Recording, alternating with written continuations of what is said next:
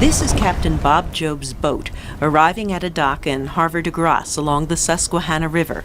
He's returning with his son after a day of crabbing in the Chesapeake Bay. Where's for crabs? Fresh out of Chesapeake Bay today. Like many others here, Jobs fishes for a living, but when he's not on the water, he's working in the shed behind his house. He's one of the top decoy carvers in Havre de Grace. So just growing up as a kid, learning the skill of how to do this. I got two brothers that carve. My son carves. My father.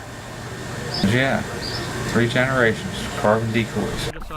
Hunters traditionally used decoys to lure waterfowl, mostly ducks and geese, so they're close enough to shoot. Decoys are so revered here that the town calls itself the decoy capital of the world. It also has a decoy museum displaying some 1,000 decoys that were handmade, mostly in the Chesapeake Bay region. John Sullivan is its director. Approximately 14,000 visitors come here each year. We have visitors from all over the United States and all over the world. Henry Miner came from the Chicago area to see the decoys. I particularly like the older ones, the very first style, and anything that's wood, because nowadays everything's plastic or foam, so they're all pretty neat to look at. Sullivan says the demand for decoys took off in the mid-19th century with the use of sink boxes, floating platforms with hunters surrounded by decoys.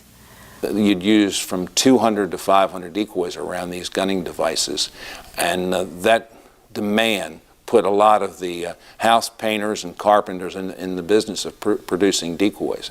The sink box was outlawed in 1935, and so the demand for decoys declined. The wood birds became American folk art. People were collecting decoys, and we were selling so many decoys. I mean, we could just solely make our living off of carving. It's changing a little bit now with the economy. Decoys are beloved here. They sit in restaurants, shop windows, and in homes, including Mitch Shank's home. It was made in 1955 by my grandfather, R. Madison Mitchell. This is a special one, as this is the year that I was born. Madison Mitchell was the most prolific decoy carver in Havre de Grace. Shank started collecting decoys as a teenager when he worked for his grandfather.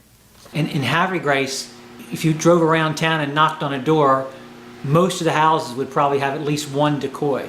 There are many at Vincenti Decoys. Jeannie Vincenti has run the store for 17 years. She and her husband are carvers. Well, our customers are local people who are aware of the tradition. They're also tourists that come in and don't understand quite exactly what a decoy may be. But then when they come in, they find something in the store that they really like and consider a treasure.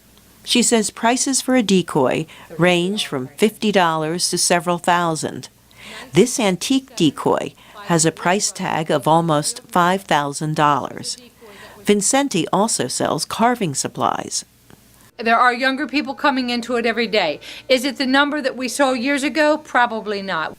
Vincenti hopes more young people become decoy carvers, so the tradition will continue in this old, quaint town.